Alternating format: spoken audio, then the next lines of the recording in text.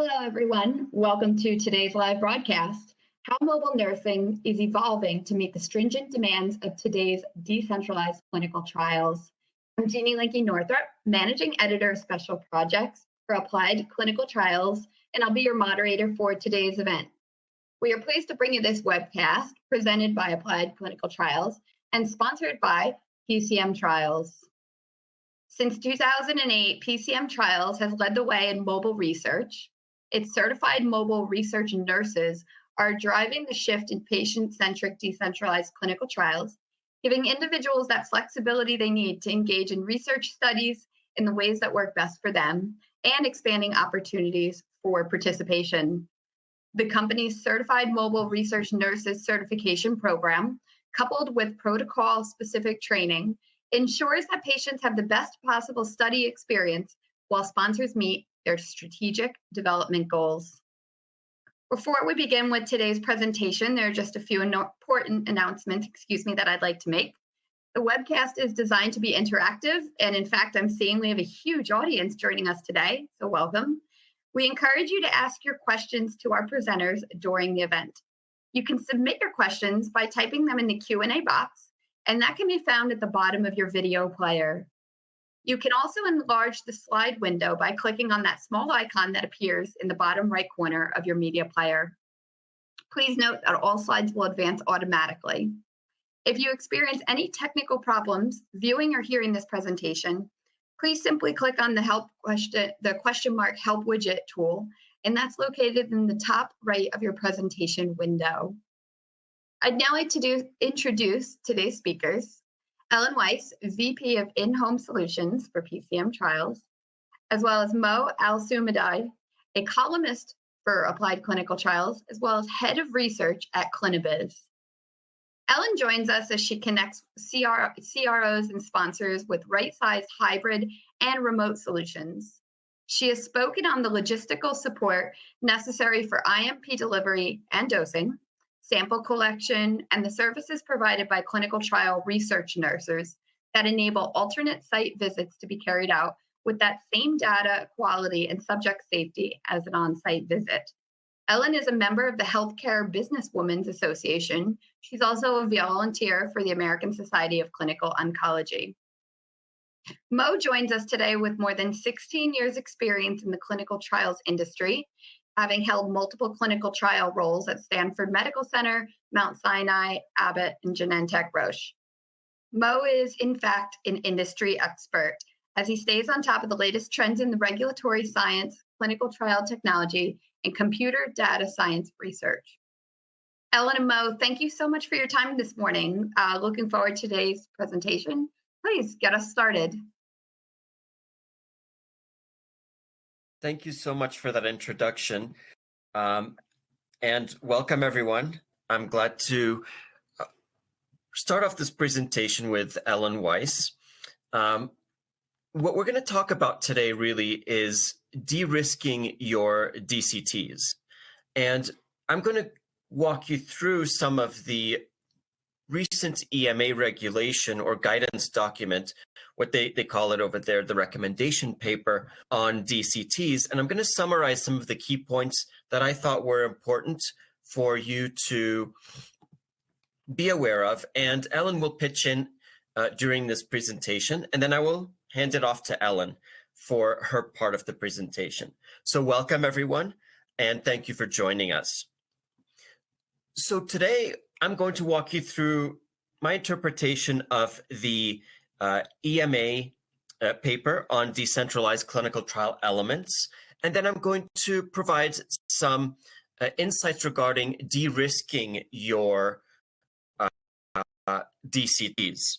And then Ellen will take over and discuss how mobile research services will enhance centricity, accelerate trial completion, and mitigate risks. All right, so let's dive right into it. Some of the key takeaways from EMA's recommendation on DCTs that I thought were important. What you find here is that there's a section in the paper that discusses some general considerations on DCT. And in those general considerations, essentially what the paper discussed is that trial participants' rights, safety, dignity, and well-being should always come first. And decentralization in clinical trials should not increase the risks to the participants' safety, rights, and well-being. And when it comes to patient and investigator inclusion, this is not a new concept. Early participant and investigator involvement in clinical trial design increases scientific value. And it may boost clinical trial trust, recruitment, and adherence. And patients' perspectives on living with a condition may influence the selection of the decentralized elements, such as the feasibility of video conferencing appointments, the use of digital tools, the measurement of meaningful endpoints, and the selection of the right patient population. And also, it's essential to evaluate the DCT risk-benefit and decentralized elements that may affect the scientific validity, data integrity, and benefit-risk ratio, or the trial participants' rights should be considered in a risk-benefit assessment. Typically, that should be documented. And service providers may participate in DCTs. And DCTs should follow general medical rules to protect the patients, especially when they are away from the traditional patient care centers. So that's one of the risks that are brought up, is that when the participants are away from the office, the risks for some of those protections for the participant increase because they're not in front of you. And so a responsible investigator with a trial population-specific medical background should assess each participant's risk profile, including anamnestic, physical, and laboratory or imaging data. And for case-by-case review, clinical trial applications should justify some of those exceptions.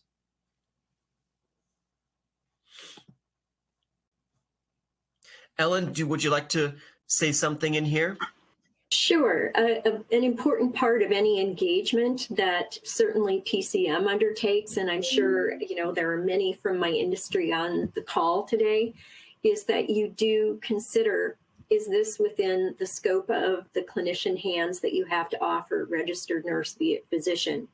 Is it equipment that can be managed safely in the home and indeed carried into the home? And third, and most importantly, does it meet those criteria for safety for the patient and safety for our caregiving nurse who is also in the home?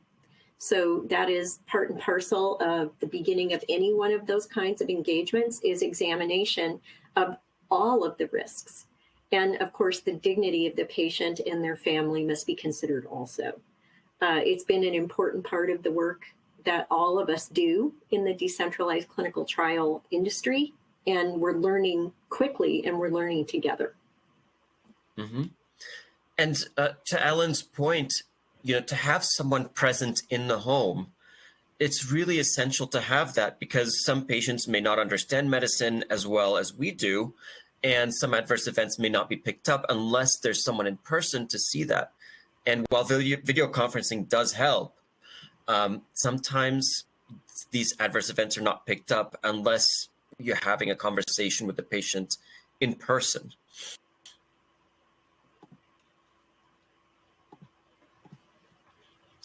Another thing the EMA mentions and emphasizes is oversight for your DCTs. And especially when it comes to task delegation. So when parts of the clinical trial are conducted off-site, and when additional service providers or technology providers are involved, the sponsor, investigator, and any other parties must clearly define their roles and responsibilities before the trial begins. And when trial participants visit the clinical site less often, alternative methods of clinical monitoring of the health status and data collection may need to be deployed, as I was mentioning earlier. And decentralization introduces unique risks to the participants' rights, safety, dignity, and results, and adds oversight requirements to investigators and sponsors. Hence, the study's plans and procedures should show that the sponsor and investigator are in full control of their responsibilities, such as data processing, communication flow, and trial participants' rights, safety, dignity, and well-being, as well as data reliability. And these can all be done through proper planning and setting up systems, technology systems specifically, to be able to oversee all of those aspects. And, you know, I've been to so many QA conferences, and one of the things that all of the folks in QA keep discussing is vendor quality agreements. Mm-hmm. And everything must be documented in the quality agreement. It could either be your regular agreement or the vendor quality agreement was an addendum to your existing agreement. And if the sponsor selects a service provider and the investigator is not involved in the contractual arrangement, the sponsor investigator contract should clearly document the contractual arrangements with the service provider for tasks under the investigator's responsibility, so that the investigators have a choice, since they are ultimately held accountable for the patient's safety. So in that way, if the investigator doesn't agree with a certain task, they can either approve or deny the service providers for trial-specific medical care tasks. And the sponsor should ensure that the contracted service provider is qualified and experienced in trial tasks. The sponsor investigator contract should reflect on this, so the investigator is aware and can agree or disagree with the service provider's qualifications when delegated the tasks that are the investigator's responsibility. And the investigator should be able to request additional information, require changes to the agreement or service, and the ability to reject the service provider's services. And lastly here, lines of communication. So establishing effective lines of communication should be established, documented, and shared with all the relevant parties, including the trial participants, investigators, sponsors, and service providers. All parties should have access to the clinical trial information they need at any time. An emergency communication plan should allow for all relevant parties to act quickly, and trial participants should receive contact information for acute cases, device failures, home visit questions, and more. Additionally, when you add more and more technology systems, you're going to have duplicates everywhere.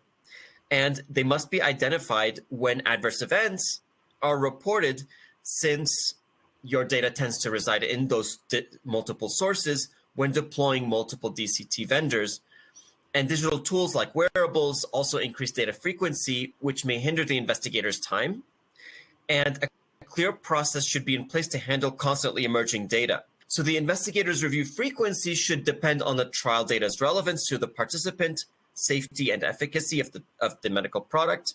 And risk-based safety data review should consider the investigator medicinal safety profile and indication and known risks.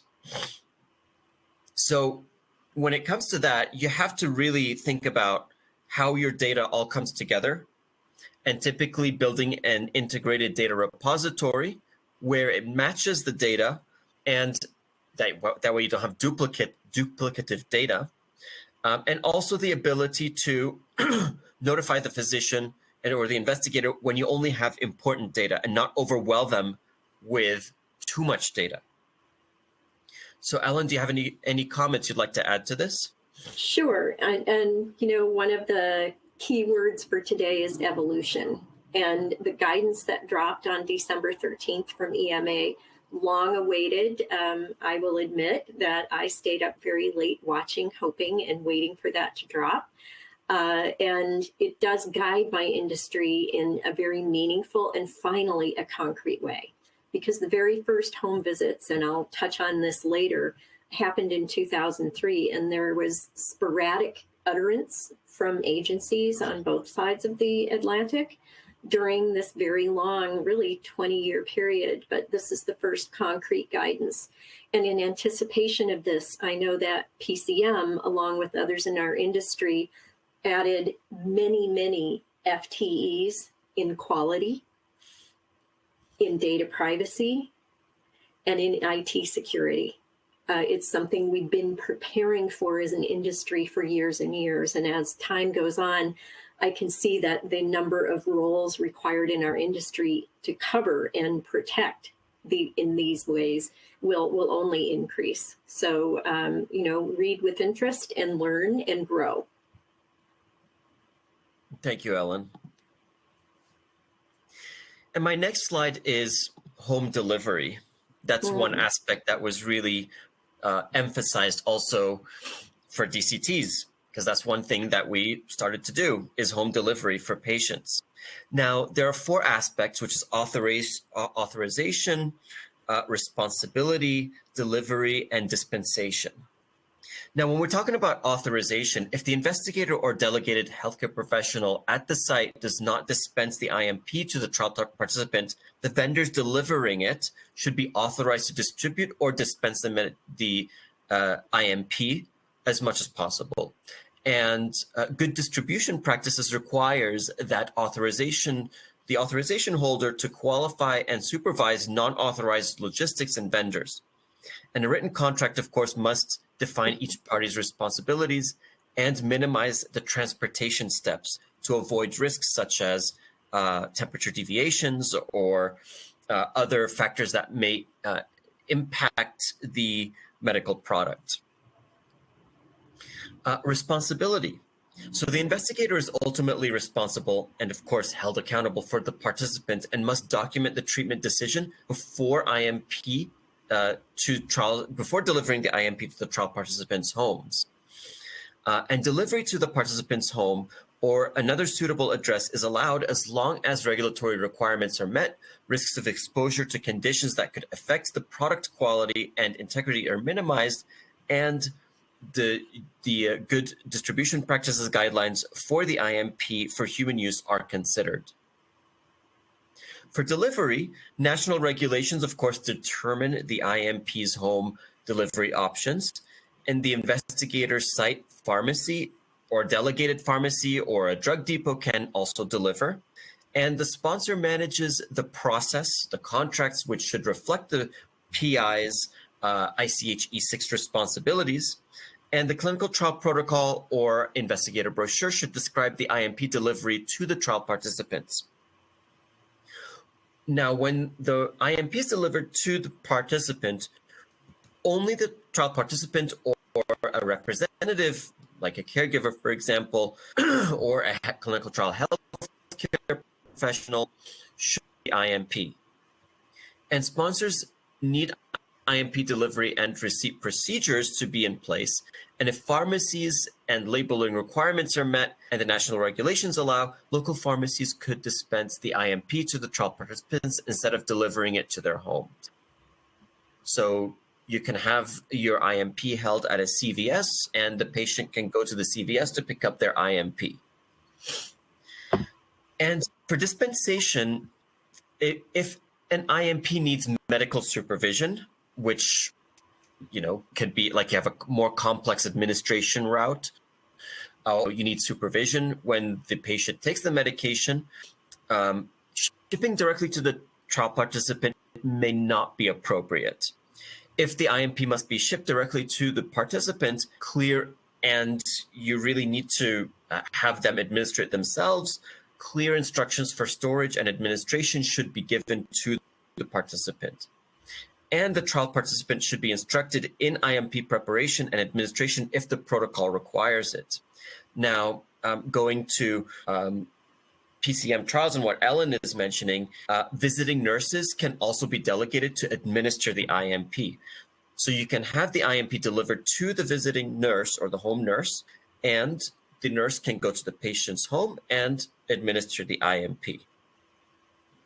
In addition to the IMP label or package leaflet, if the participant is administering the IMP by themselves, these steps and dosing should be explained very clearly, and they should be tailored to the trial participants so that they can understand it.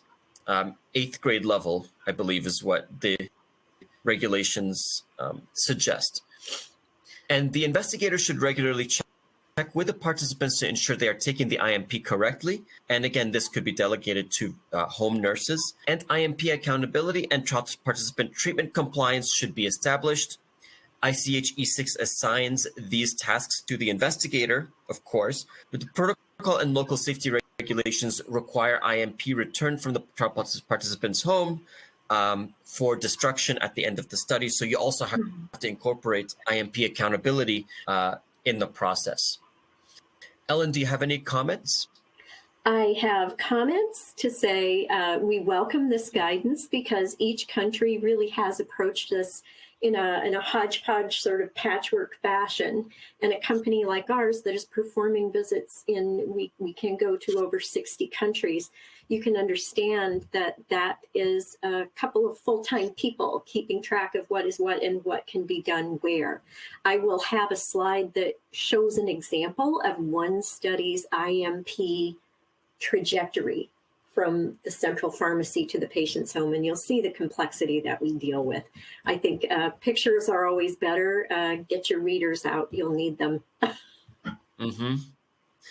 And I'm going to talk a bit more about that, the delivery and the media in which you provide to the participants. And bear with me, I've got 2 more slides left. I know there's a lot of information. So in this slide, one of the important considerations is clinical operational considerations.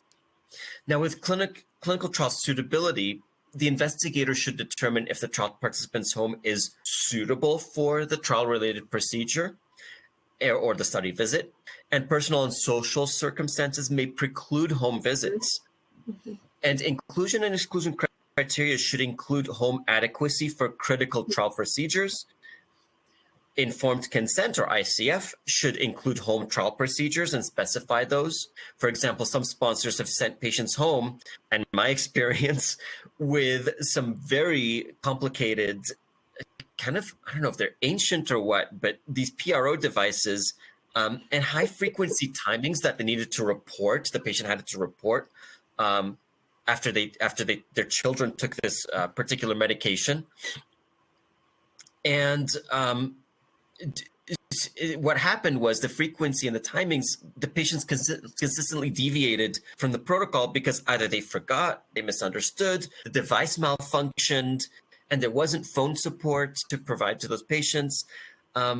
Those are all things that would be really helpful if there was someone over there at home in person.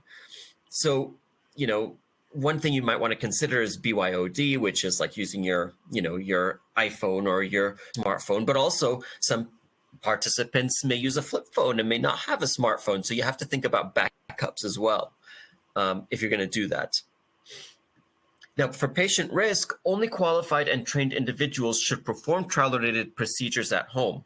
For instance, if biological samples are collected at home, such visiting nurses should be qualified, trained, and authorized to collect and document the collection of the samples and ensure proper handling and storage throughout the process. They have to be IATA certified. Patient training is also important here. And the trial participants who perform trial-related tasks at home should be trained and considered for any additional burden, including digital data collection. And the sponsor or investigator should ensure that the delegated person's receiving the proper guidance and training for the home tasks. So, if you have a vendor who's doing those, they should receive proper training. If the patient is doing it, they should receive proper training, and that should, of course, all be documented.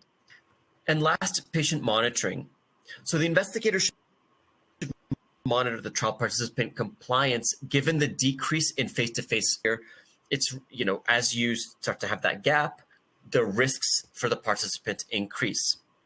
So you have to have face-to-face meetings with the investigator or delegated staff, and trial participants should be able to visit the investigator in person and have a direct line if they need help with trial-related tasks or data collection. So after hours numbers for your coordinator, the availability of your coordinator, those are all things to consider. And the trial participant or any delegated person doing home visits should report and manage adverse events, of course. And if a trial participant cannot or will not use their own mobile device, the sponsor should offer alternatives, either in-person visits or some other form of device, of course, has to be user-friendly, and you have to think about the logistics if things go wrong. Do you have any comments, Ellen? You're describing our day-to-day experience. Some sponsors and CROs do a better job than others of procuring and thinking through the use of these devices. Often our nurses, our CMRNs who go into the home, often are called upon to act as sort of a device coach. They can also be a bit of a prompt or an encourager, dare I use the word nag.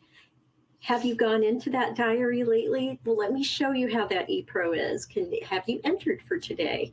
Often it's that human element interfacing with the technology that really makes the technology sing. Absolutely. Yeah, you don't want to end up with the nightmare that I ended up with. That's for sure.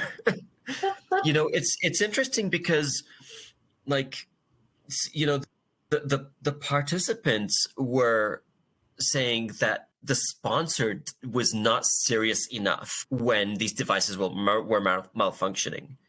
I mean, to say something like that, to say where the drug is not serious enough about the patients, that says a lot. Mm-hmm. It says that the sponsor did not involve the patient when they were designing the protocol. They did not think about some of the issues. They did not think about the logistics. And those are all things that, again, this guidance document or this recommendation paper really emphasizes, something that sponsors should do. And if it was prepared properly and the sponsor did go through all the steps, these things wouldn't have happened. The participant would not have felt that way. Sure. And, you know, it flies in the face of risk when you consider, for instance, on April 7th of 2022, CMS made an utterance, and it was in regard to a major Alzheimer's treatment that was coming online, but was not going to be taken up by CMS and by many payers. And in that utterance of April 7th, it's a really great reference for people to look up. I'm happy to provide a link, you know, if you get in touch with me, is that they said, we are looking for a meaningful difference that you are making from your earliest trial. So let's not think about these devices and the technology in phase 3. We really need to be thinking about it much earlier in the process. So it's a learning, again, in evolution. The players, agency, the power shifts, and we support sponsors as they respond. Absolutely. And how can we possibly end this presentation without talking about informed consent, right? So remote informed consent was also an area of focus in this paper. And of course, patients have to be informed and consented. Face-to-face communication between the potential trial participant and the investigator or your delegated staff is essential for informed consent. And if this discussion is done in a digital or virtual meeting, it is recommended that this takes place in real time, where the parties can both see and communicate with each other via audio and video. Remote face-to-face contact should allow for questions, and the investigator should make every effort to verify the participant's identity, especially if they don't know them, if they're new patients from a recruitment campaign, for instance. The participant should also have the right to ask for proof of the investigator's identity if they haven't met before. Now, on-site options must be made available. If the trial participants and investigator prefer on-site ICF interviews, the sponsor should allow them. And the investigator should evaluate participant-related factors affecting decentralized elements of clinical trials during the informed consent interview, such as the patient's ability to use technology, or are they underprivileged and do not have access to the certain technology, or the education to be able to use certain technology, or the savviness of it, diverse patient populations. The method used should be reliable and confidential, and informed consent interviews should use encrypted communication channels to protect the confidential information. And lastly, patient collateral. Now, while providing patient information via brochures and leaflets is helpful, the sponsor should also consider that electronic methods may unintentionally discriminate against participants who cannot or prefer not to use them, and should have alternatives such as paper form. And trial participants should be able to store and retrieve the information provided to them easily and at any time. So having a complicated system where the patient has to remember where to find the information, that's not a very good approach. You have to think about where you're going to put the information, either in the informed consent so the patient can access it easily at any time, or you mail leaflets to the patient so that they have that information in paper at home. I recommend a combination of both because, you know, when you're going through your clinical trial, you're not going to want to dig through electronic means to find the information. Mm-hmm. You just have the paper right there and you have it in front of you. So, Ellen, do you have anything to add to this? I don't, other than best practice for a long time in our industry, in DCT and home visits in particular, is that we are mentioned as an option right in the ICF from the very beginning. And it can be as simple and limiting as an accommodation. Some patients may be offered the accommodation of a visit in the home or other remote setting for some of the visits of this trial. It begins there. You've just got to sort of build the idea in rather than presenting it or thrusting it on a patient halfway through, for instance. We like to be baked in, not bolted on. So planning, and lots of planning Yes. if you're going to do this. All right. So to summarize my portion of the presentation, DCTs pose risks, including patient safety, data collection, operations, communications, and regulatory risks. But they offer many benefits, such as diversity inclusion, patient centricity, higher frequency data collection for better data quality, and patient convenience, just to name a few. And I think this is especially important now that, you know, the millennials and Gen Zs are going to be, you know, essentially trial participants in the future. They're going to expect this. And if you don't hop on and do and prepare yourself for DCTs now, you're going to be the, as they all say in the industry, the dinosaur. So really, you know, DCTs are here to stay. You know, the head of DIA was mentioning this, and a lot of industry experts are also mentioning this, that they are here to stay.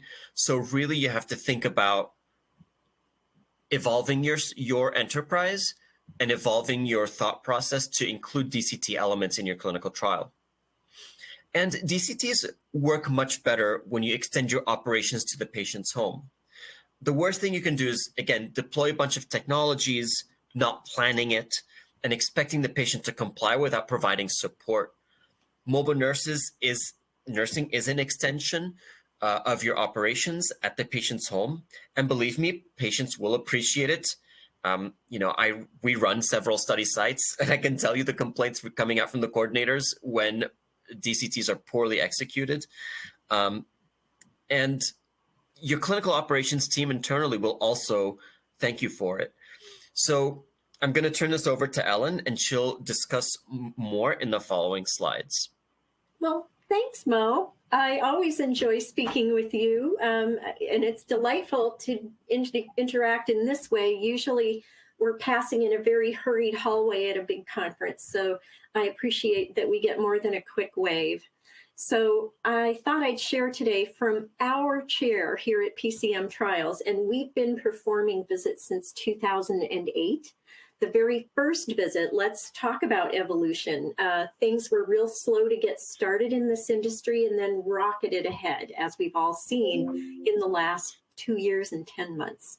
So the very first visit happened in 2003, and it was indeed in a hemophilia population, and young subjects were being asked, and they attained young adulthood. They were all in college. Hey, we've got this great product, but what we're going to need you to do is come inpatient for 5 to 7 days for round-the-clock PK/PDs. How about you come in for your Christmas break or spring break? And their response was a resounding, no, find another way. So while we often refer to the DCT component in the remote milieu as a home visit, the very first visits were in dorm rooms. Can you imagine? We learned a whole lot as an industry about bringing a sterile and clean work environment with us, because that was a pretty high-risk place to do that kind of activity. And in the beginning, it was simple sampling. But you can see from the first inception of the need, which why did it take so long, really, in May of 2003, you can imagine the IRB hand-wringing harangues and endless questions before the first visit did occur 7 months later at the very end of 2003. And it was just PK/PD sampling. There was no dosing component there. But as we advanced in time through 2004 to 6, this idea slowly began to gain traction, but limited services persisted.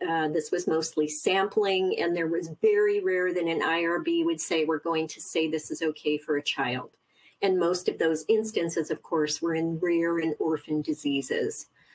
So from 2007 to 2010, we saw a greater adoption of this idea because some very large sponsors realized that this gave them the advantage that they've been looking for. How can we launch trials on time and finish them on time with as complete of a data set as we can get by going to where the patient is?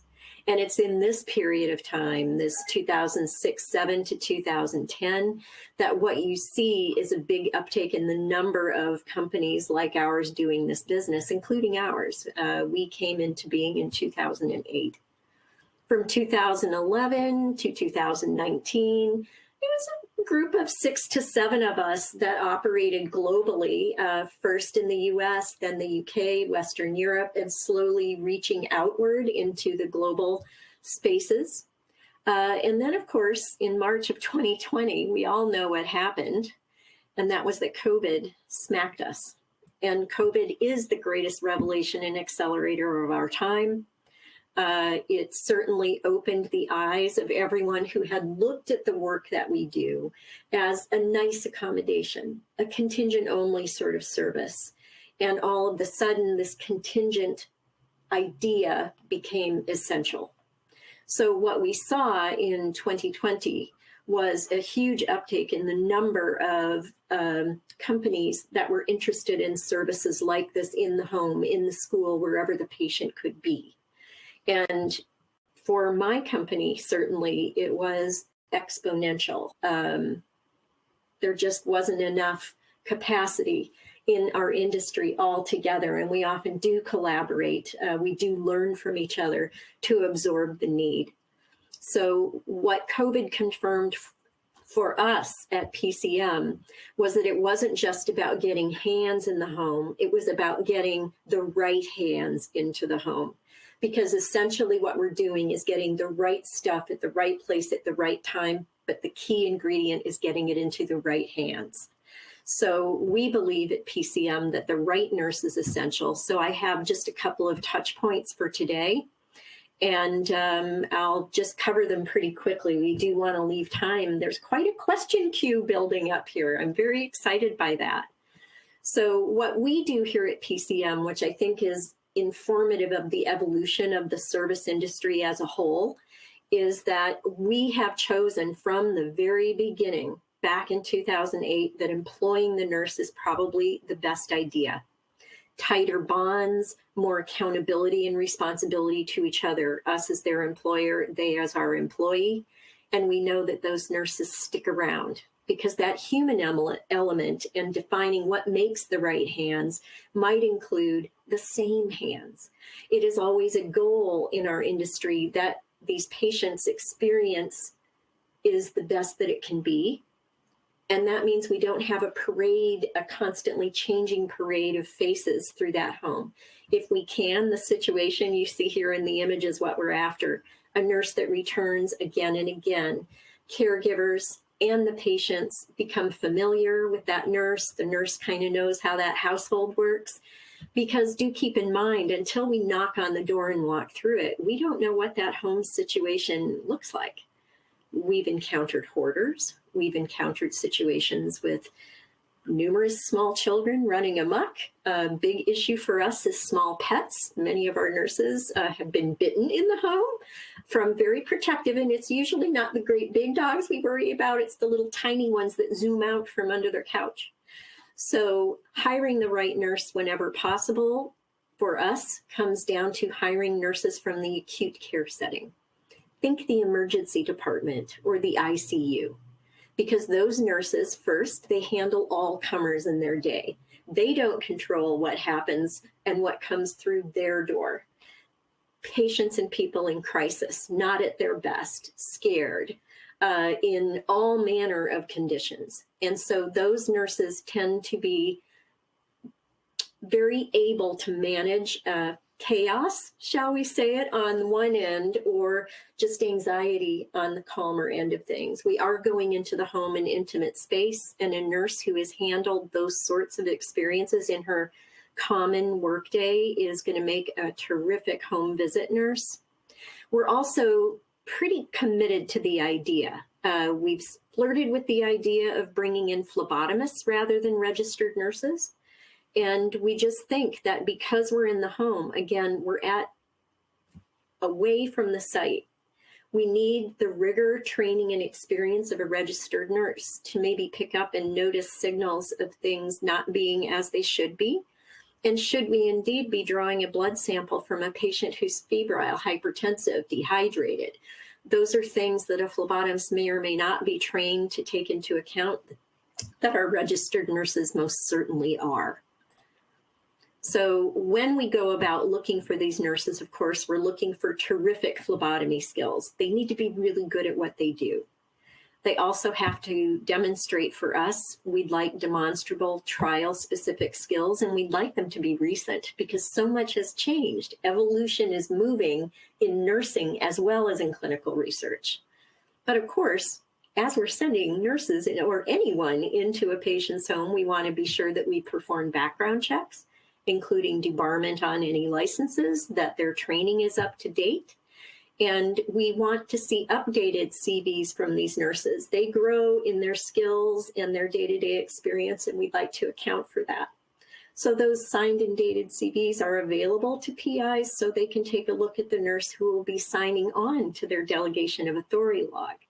Mo, you had touched on that earlier, the importance of that particular step of investigators buying into this idea as well.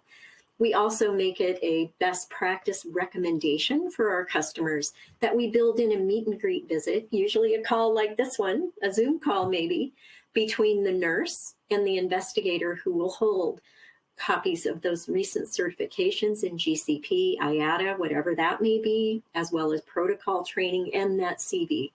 More often than not, PIs are quite impressed with the level of nurse experience we're bringing into the home. So this is just touching on those things that PIs really want to know. And of course, these slides will be available later for you. So training the nurse to that protocol and to be ready to perform research is super important. So in this case, we follow all the CDC recommendations for working with vulnerable populations in the home. And of course, security, we touched on that, Mo, earlier as well. That becomes a village at each of the home visit providers, but we can see that it's a need and we are meeting it. So supporting the nurse is also important. Recent news shows us that there were nursing strikes, big one in London, one in New York caught my attention. Because we're employing these nurses wherever possible in the US, this is a W-2 relationship. Outside the US, it is a direct management model that is allowed under different labor regulations. But the more we can directly manage these nurses, there's a trust, a rapport, and a familiarity that builds. So each nurse here is backed up by a project team, including coordinators and a project manager available to them to answer their ongoing questions, as well as dedicated teams that we have built to supply the logistics support. We don't want this nurse on the phone to FedEx. We want that nurse to be hands, eyes, and brain on that patient. So support staff is available to our nurses anywhere in the world they may be to answer their questions during such a visit. That was a learning that we took out of the pandemic. Happy to apply it.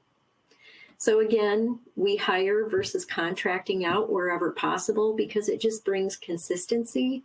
And as we show that loyalty to nurses, they repaid it in spades because of the pandemic. You know, nurses were under so much pressure. They appreciated that kind of support that we offer. So we're doing a lot of different activities in the home, dosing, as well as sampling. And on the dosing side, it may be a surprise to some of you, this includes infusions, and infusions of many dozens of hours in length. So if it can be administered safely in the home, we always prefer that the first couple of cycles of doses happen, of course, at the site with full medical support. But if the PI deems a patient to be fit for home service for selected infusions, we are performing those. Indeed, we are performing upwards of 200, almost 300 infusions a month of this type. And this is happening in the US and outside the US as well in a major study in a neurological condition. On the sampling side, if it comes out of or off of the body, it can be managed at home. And a shout out here to the unsung heroes of the pandemic and beyond, that's our specialty couriers. They really make it possible for work like this to happen. Right time, right place, right hands, right everything. And the timing of that often comes down to specialty couriers. So I did promise you, Mo, here is one example of a study moving IMP to the patient. And you see that it is many, many boxes that move in a specific order. And you'll need to get your readers out to examine this. But be assured that for each of the studies where we are having IP logistics involvement, a schematic like this takes several weeks to build and might involve a variety of vendors. So Mo, you've had a look at it. Are you surprised, or are you hoping that this is what was behind that simple image of a specialty courier handing a nurse a box? It's not simple, especially for IMP delivery. I mean, there's entire departments inside of biopharma companies that deal with supply chain, and this does not surprise me. And it has to be custom designed for every single medical product. Mm-hmm. And, you know, it takes a village. So I look forward to engaging with many of you on the phone if you have these challenges yourself. There are times or particular medicinal products that are too difficult to move. We move them in a variety of ways. Each study, I wish we could say there was a template or an algorithm we could apply, but every one of them looks a little bit different. This was just one from the recent past I thought you might find interesting. So as we're talking about evolution, we hear a lot these days about very large retail providers that are piling into the space, and they make vaunted claims that they are within 78 or 95% of Americans. They're within 5 miles. But even that 5 miles, let's talk not about going the last mile to the patient. It's really about the last millimeter. It's crossing the threshold. We are evolving in what is possible, and we are seeing a lot of community-based approaches to this care, as well as retail, mass market merchant approaches to this. But it still comes down to the comfort of home and being able to see a small child in the comfort of mom and dad's arms at home with their favorite blanket and toys, and let's face it, the iPad or the TV nearby as a distraction tool, that we know this is evolving, and it's evolving quickly. but we're committed to evolving with it.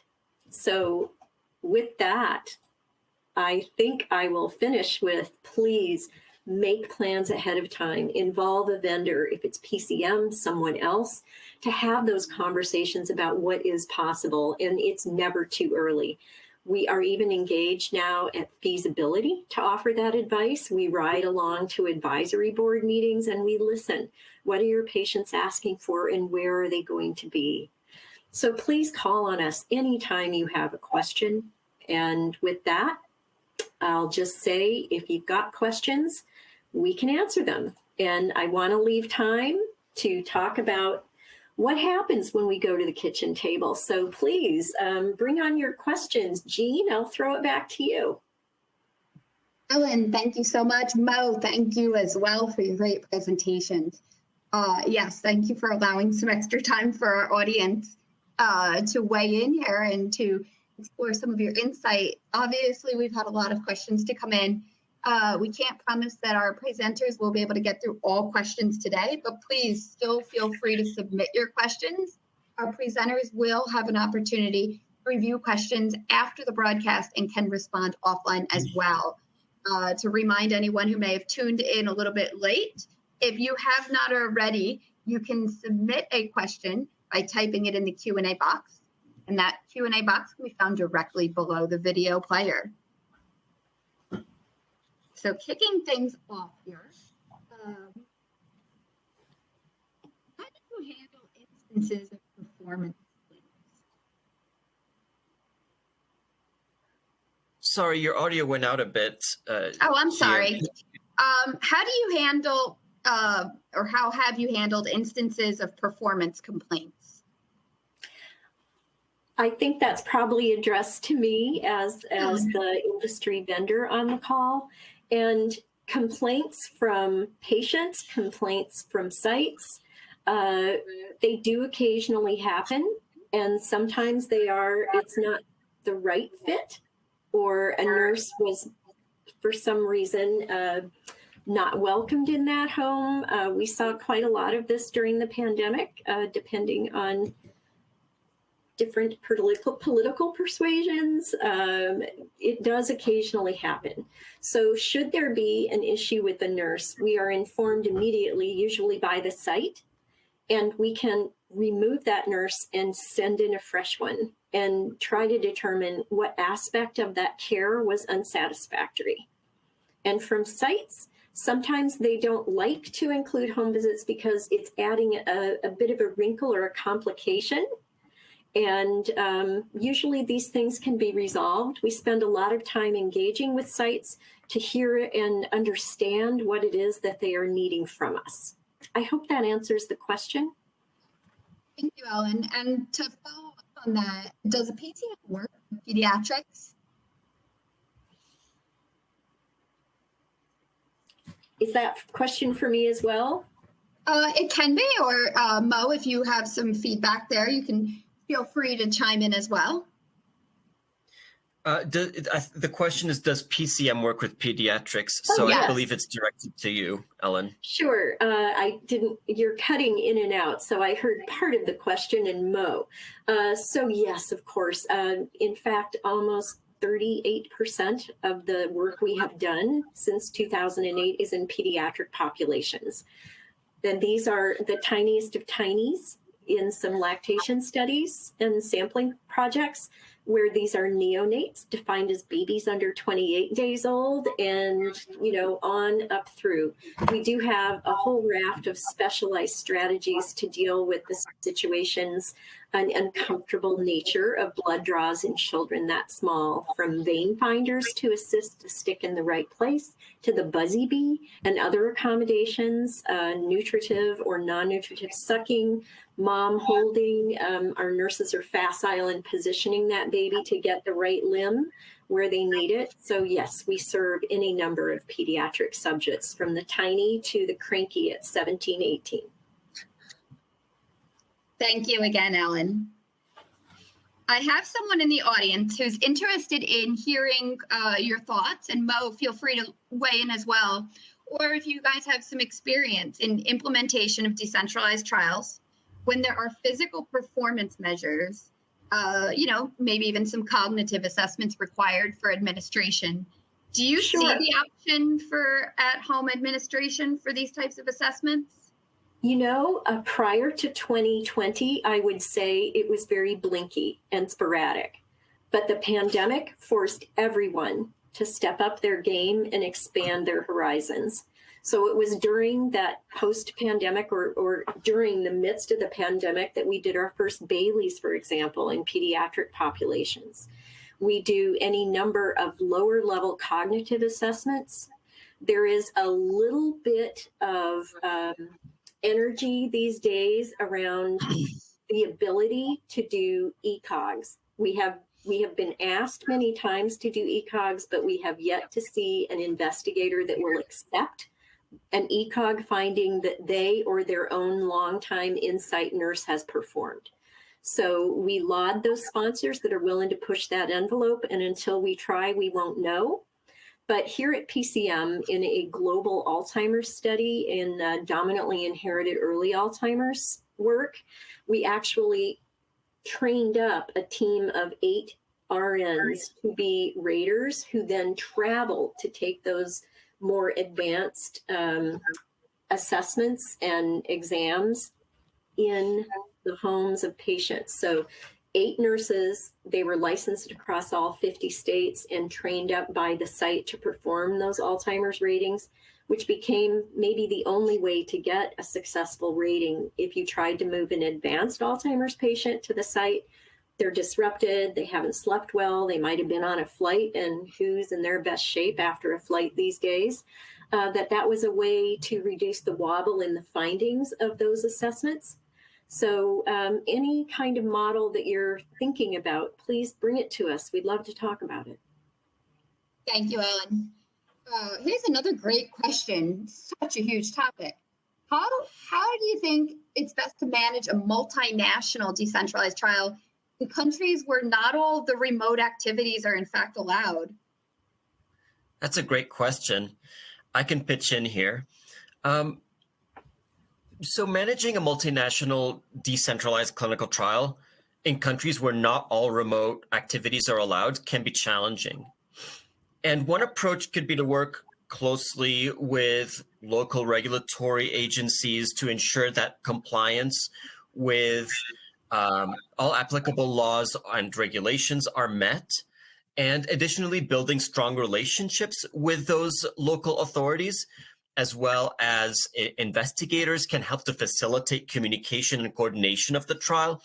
It may also be necessary to adapt the trial protocol to account for those restrictions of remote activities, such as conducting more in-person visits or using alternative forms of data collection. And I think that additionally, it would be important to ensure that the trial is designed with robust security measures to protect patient data, especially when transmitting the data across the borders. So those are a few considerations when you're running those trials internationally. Thank you very much, Mo.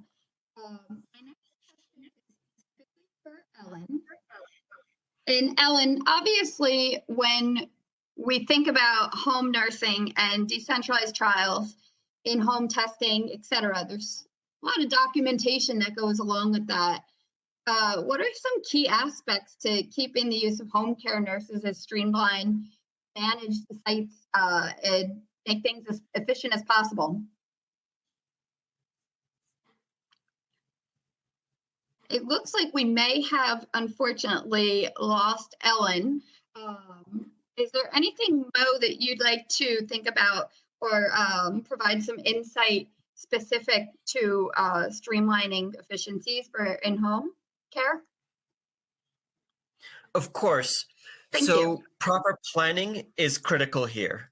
So as a sponsor, you really have to think about planning all of the aspects of your trial.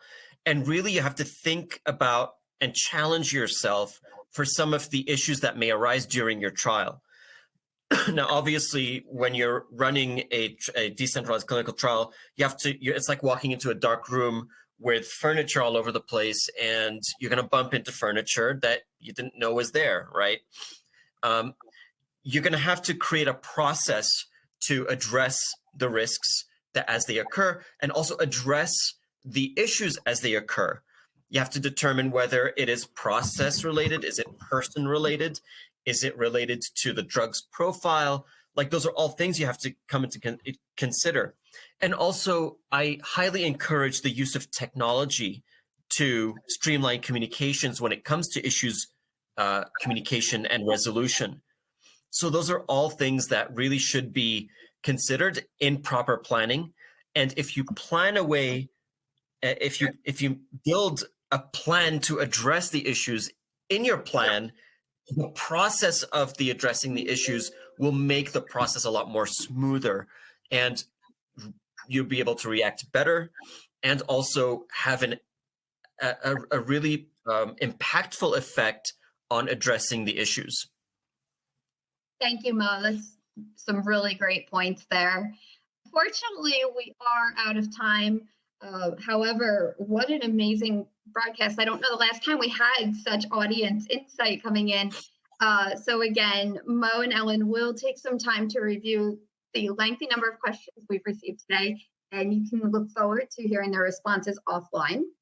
I'd like to thank all of you for attending. Mo, Ellen, thank you so much for your time as well today. I'd also like to thank PCM Trials for making today's educational webcast possible. We'd like to ask everyone in the audience to participate in a brief survey. The survey will appear on your screen just after this presentation concludes. You'll also receive an email alerting you once this webcast is available for replay. We invite you to help forward that announcement on to your colleagues who may have missed today's live event. I'd like to thank everyone again for their time, and we'll see you next time.